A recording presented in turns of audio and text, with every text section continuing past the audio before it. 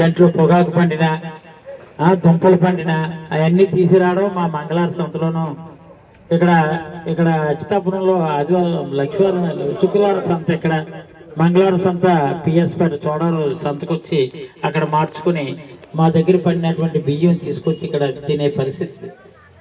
మా మేనత్ దగ్గర వస్తే మేము ఎప్పుడు కూడా 2 పుట్లు బియ్యం ఇంటికి పంపించడం అప్పటికే ఇప్పటికని. అంటే సిచ్యువేషన్. మేము మాకు దుంపలు తినాలని మాకు ఉంటుంది. ఇక్కడ ఏం తినాలంటే దుంపలు తినాలంటే ఇక్కడికి వచ్చి తినేవాళ్ళు. నిజంగా చెప్తున్నాను, ఇవన్నీ వాస్తవాలు. కాల్చి రాత్రిపూట సాయంత్రం అయ్యేసరికి చాలన్నమాట. అక్కడ వచ్చి దుంపలు కాల్చి ఉడకబెట్టడం కాదు, కాల్చడం పొలాలు అక్కడికి వచ్చి తినే పరిస్థితులు. అంటే రాంబాబు చెప్తే అవన్నీ జ్ఞాపకం వచ్చాయి. అలాంటి వెనుకబడి ప్రాంతాన్ని ఇది ఎలా ఉంటుందంటే ఫాస్ట్గా వెళ్ళినటువంటి ట్రైన్కి టక్కుని ఎల్లో సిగ్నల్ పడిపోయినట్టు అయిపోయింది. జగన్మోహన్ రెడ్డి గారికి నేను తోకనే, మరి నేను తోక, నువ్వేడిది అది నేను అన్నానేంటి, వాస్తవం చెప్తున్నాను. కొన్ని నాకు సంస్కారం అడ్డొస్తుంది కాబట్టి అనలేదు. లేకపోతే నువ్వు నిజంగా మాకు, అందుకని ఈరోజు చెప్తున్నాను, నోరు దగ్గర పెట్టుకొని మాట్లాడాలి. నా అనుకుందే నువ్వెంత ఆలోచించండి. ఎప్పుడు నేను రాజశేఖర రెడ్డి గారు సిఎల్పి లీడర్ 99లో సిఎల్పి లీడర్ గా ఉండేటప్పుడు నేను యూత్ కాంగ్రెస్ లో ఉండేవాడిని 99లో. ఈ రోజు రాజశేఖర రెడ్డి గారికి నాకు అనుబంధం ఏంటంటే అది ఒక్కటే అనుబంధం. యూత్ కాంగ్రెస్ లో నేను దిగడమే కాదు, మొట్టమొదటిసారి 94 నుంచి కూడా ఆయన అడుగుదాడులో నడిచినటువంటి వ్యక్తిగా, 99 నుంచి ప్రత్యక్ష రాజకీయాలు ఉన్నటువంటి వ్యక్తిగా ఆయన మనకి శక్తిగా ఉండడం వల్ల ఈ రోజు కాస్తో కోస్తో కన్నబాబు రాజు గారికి అవ్వచ్చు, నాకు అవ్వచ్చు, ఆ రోజు ఆయన అయ్యంలో పనిచేసినటువంటి వాళ్ళందరూ కూడా గ్రామాల్లోకి వెళ్తే ఇంత ఆదరణ ఉన్నది అంటే ఆ మహానుభావుడు ఇచ్చినటువంటి పథకాలే మమ్మల్ని ఇప్పటికి కూడా మా తాలూకు ఇమేజ్ ని బ్రహ్మాండంగా పోషిస్తానంటే ఎటువంటి సందేహం లేదు. ఆ నమ్మకం అందరికీ ఉంది. అందుకని ఈ రోజు చెప్తున్నా, ఎట్టి పరిస్థితిలో కూడా నా 30 సంవత్సరాల రాజకీయ జీవితంలో ధర్మశ్రీకి మచ్చలేదు. ఇప్పుడు నీ గురించి ఆలోచించుకుంటే ఎన్ని మచ్చలు ఉన్నాయో, నీకు లచ్చలు ఉన్నాయో లేదో నేను చెప్పలేను, కానీ మచ్చలు అయితే మాత్రం ఒంటి నిండా ఉన్నాయన్న ఎటువంటి సందేహం లేదు. ఇందాక అందుకనే చెప్పారు, ఎక్కడ చూసినా సరే డెవలప్మెంట్ అంటే ఏం డెవలప్మెంట్? కొండలు దోచేయడం డెవలప్మెంట్, కొండలను పిండి చేసేయడం నీకు డెవలప్మెంటా? లేదంటే అక్కడ ఉన్న మట్టిని అమ్ముకోవడం నీకు నువ్వు డెవలప్మెంట్ అవుతున్నావేమో.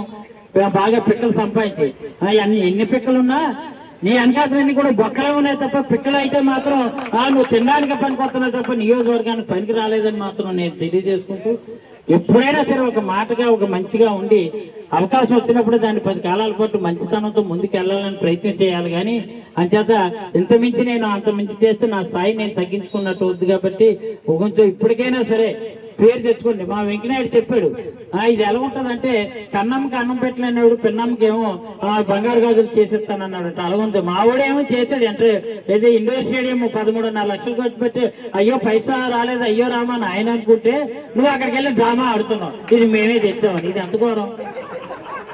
ఇండోర్ స్టేడియం తెచ్చింది, అక్కడ కట్టింది వెంకనాయుడు. అక్కడికి వెళ్ళామో నువ్వు వెళ్ళామో రబ్బర్ కటింగ్ చేసుకుంటూ నీ కటింగ్లు కొడుతున్నావు అంటే ఇంకేమనుకోవాలా? అంచేత ఇందాక ఎంబుక్ అంటున్నాడు. ఎంబుక్ కాదు, అక్కడ ఎంబుక్ కాదు. నువ్వు ఏదైనా సరే అక్కడికి వెళ్ళిన తర్వాత బాగా నీ ఇష్టారాజ్యంగా ఏంటంటే దమ్మా కబుర్లు చెప్పడానికి నువ్వు పనికొస్తావు తప్ప ఎంబుక్ గురించి ఎంబుక్ విషయం అడిగినా సరే వెంకనాయుడు వెళ్ళినా ఆయన తెలియదు నిజంగా ఎంబుక్ గురించి. అంత అమ్మకే తప్ప ఎంబుక్ అయితే నాకు తెలియదని మాత్రం ఈ సందర్భంగా తెలియజేసుకుంటూ, ఏదైనా ఈ 77వ జయంతి వేడుకల్లో మీ తాలూకా నవ్వు ఈ లవ్వు ఎప్పుడు మళ్ళీ జగన్మోహన్ రెడ్డి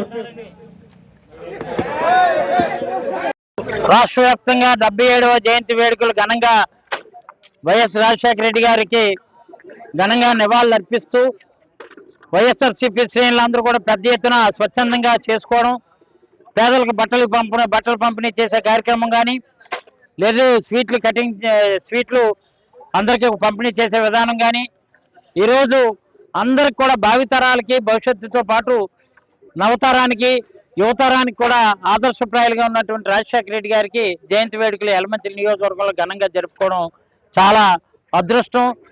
అది మాకు అందరికి కూడా సంపూర్ణంగా మనస్ఫూర్తిగా ఇష్టమని సందర్భంగా మనవి చేస్తున్నా.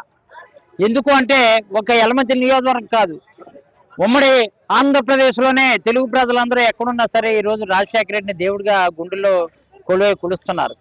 కారణం ఆయన ప్రజా ప్రస్థానం ద్వారా పాదయాత్ర చేసి చేవల్లి నుంచి ఇచ్చాపురం వరకు కూడా పెద్ద ఎత్తున పాదయాత్ర చేసి 2.5 మాసాల్లో 1548 కిలోమీటర్లు, రోజుకి 20 కిలోమీటర్లు పైబడి పాదయాత్ర చేసి ప్రజల తాలూకు బాగోగులన్నీ కూడా తెలుసుకొని ప్రజలకి ఏది అవసరమో అదే మేనిఫెస్టో కింద రూపకల్పన చేసి కాంగ్రెస్ పార్టీలో 2 పర్యాయాలు ముఖ్యమంత్రిగా అయినటువంటి ఆయన స్వయంగా ముఖ్యమంత్రిగా అయినటువంటి అవకాశం రాజశేఖర రెడ్డి గారికి కలిగింది.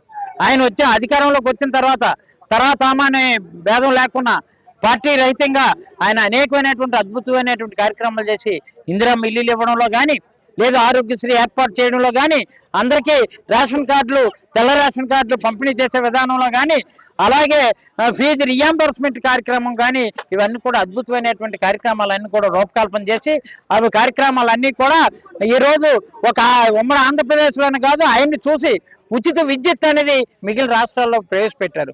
ఆయన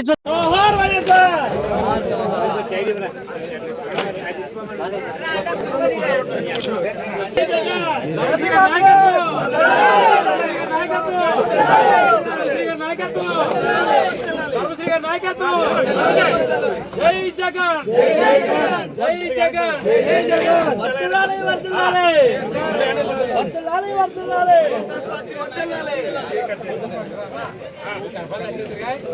జై వైఎస్ఆర్, జై వైఎస్ఆర్, జై వైఎస్ఆర్, జై వైఎస్ఆర్.